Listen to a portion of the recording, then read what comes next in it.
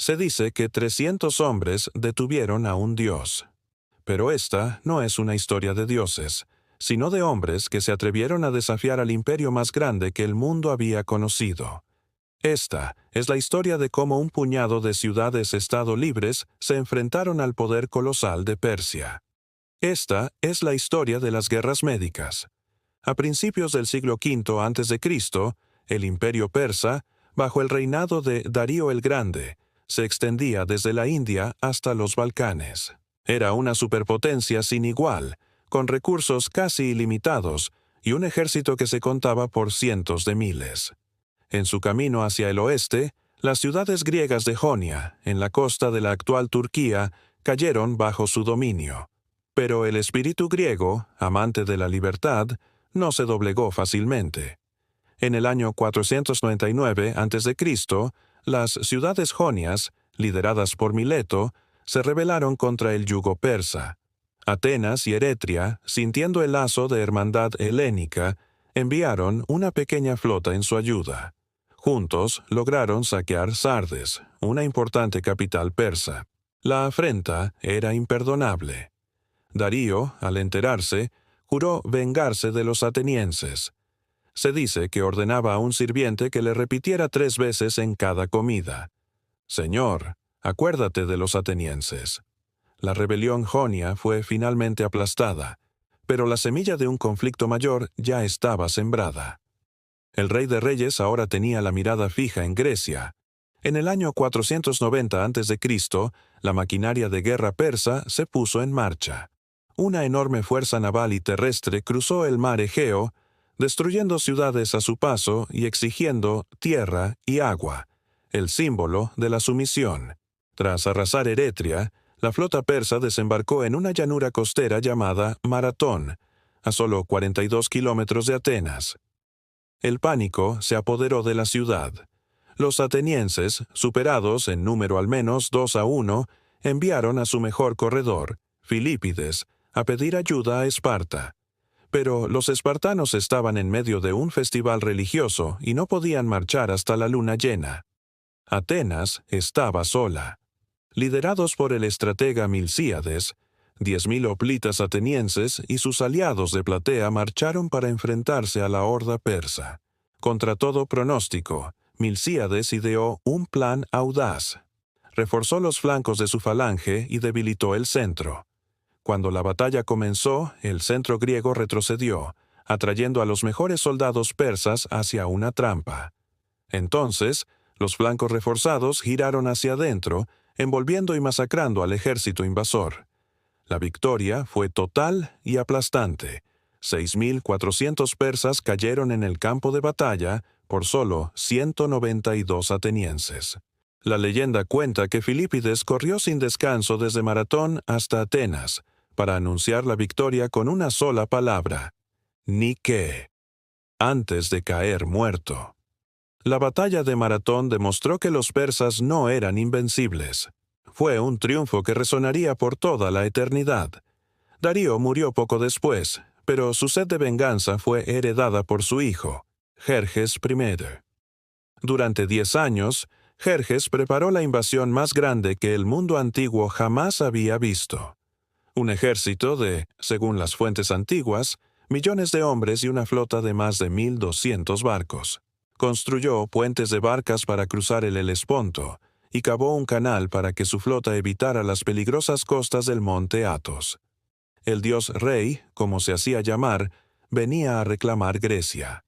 Ante esta amenaza existencial, las ciudades-estado griegas, normalmente enfrentadas entre sí, formaron una alianza sin precedentes.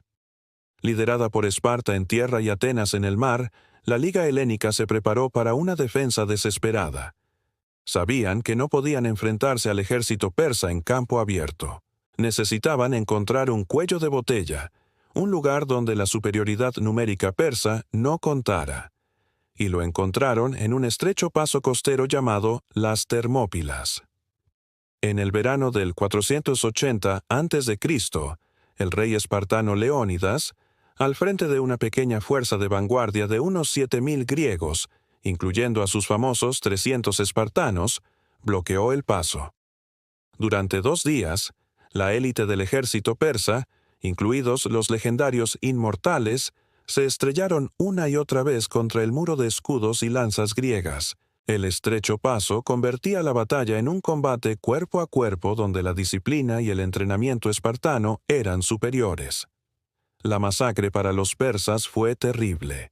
Jerjes estaba desesperado, hasta que un traidor local llamado Efialtes le mostró un sendero secreto en las montañas que rodeaba la posición griega.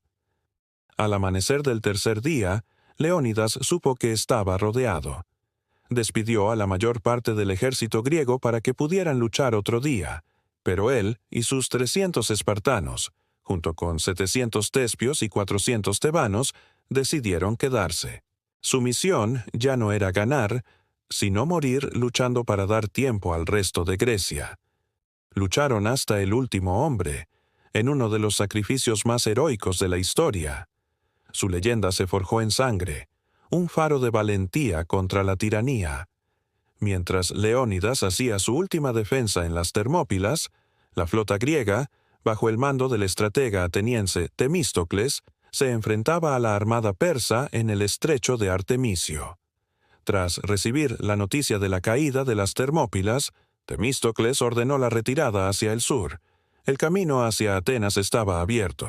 Los persas avanzaron sin oposición, saqueando y quemando la ciudad abandonada. La Acrópolis fue destruida y sus templos profanados. Para Jerjes, la venganza de su padre estaba completa, pero Temístocles tenía un último as bajo la manga. Con su ciudad en ruinas, Temístocles convenció a los aliados griegos de librar una batalla naval decisiva en los estrechos confines de la bahía de Salamina. Engañó a Jerjes con un falso mensaje, asegurándole que la flota griega estaba a punto de huir y que podía atraparla fácilmente. Jerjes, arrogante y ansioso por una victoria final, mordió el anzuelo. Desde un trono dorado en la ladera de una montaña, observó cómo su gigantesca flota entraba en el estrecho. Fue una trampa mortal. En las aguas angostas, los pesados y numerosos barcos persas no podían maniobrar. Se estorbaban unos a otros, convirtiéndose en blancos fáciles para los ágiles trirremes griegos, que los embestían y abordaban. El caos se apoderó de la flota persa. Barcos chocaban entre sí, remos se rompían, y miles de hombres que no sabían nadar se ahogaron. La batalla de Salamina fue una catástrofe para Jerjes y un triunfo espectacular para Atenas. La amenaza naval persa fue aniquilada. Derrotado y temiendo quedar atrapado en Europa, Jerjes huyó de regreso a Asia, dejando a su general Mardonio con una parte del ejército para completar la conquista al año siguiente. En el 479 a.C., las fuerzas griegas unidas, lideradas por el general espartano Pausanias, se enfrentaron al ejército de Mardonio cerca de la ciudad de Platea. Fue la batalla terrestre más grande de las guerras médicas. En un combate brutal, los hoplitas griegos volvieron a demostrar su superioridad, aplastando al ejército persa y matando a Mardonio. Casi al mismo tiempo, al otro lado del Egeo, en Mícala, la flota griega destruyó los restos de la armada persa, provocando una nueva rebelión en las ciudades jonias. La amenaza persa sobre la Grecia continental había terminado para siempre. Las guerras médicas cambiaron el curso de la historia occidental. Si los griegos hubieran perdido, su cultura, su democracia, su filosofía y su arte podrían haber desaparecido bajo el dominio persa. En cambio, la victoria desató una era de confianza y esplendor sin precedentes, especialmente en Atenas. Nació el Siglo de Oro, una época que nos dio a Pericles, Sócrates, Platón y las maravillas de la Acrópolis que aún hoy nos asombran. Pero la victoria también sembró las semillas de la futura discordia. Atenas, con su poderosa armada, formó la Liga de Delos para proteger a las ciudades jonias, pero pronto la convirtió en su propio imperio marítimo.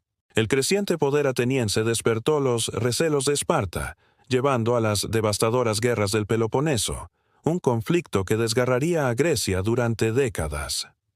La historia de las guerras médicas es más que una crónica de batallas. Es un testamento del espíritu humano, Nos enseña que la unidad puede superar la adversidad, que la astucia puede vencer a la fuerza bruta y que un pueblo decidido a defender su libertad puede lograr lo imposible. Desde el sacrificio en las Termópilas hasta el genio estratégico en Salamina, estas guerras nos dejaron un legado de coraje y resiliencia que ha inspirado a la humanidad durante 2500 años. Gracias por acompañarnos en este viaje épico a través de la historia. Si te ha gustado este video, no olvides darle a like, suscribirte y activar la campanita para no perderte nuestras próximas aventuras históricas. Hasta la próxima.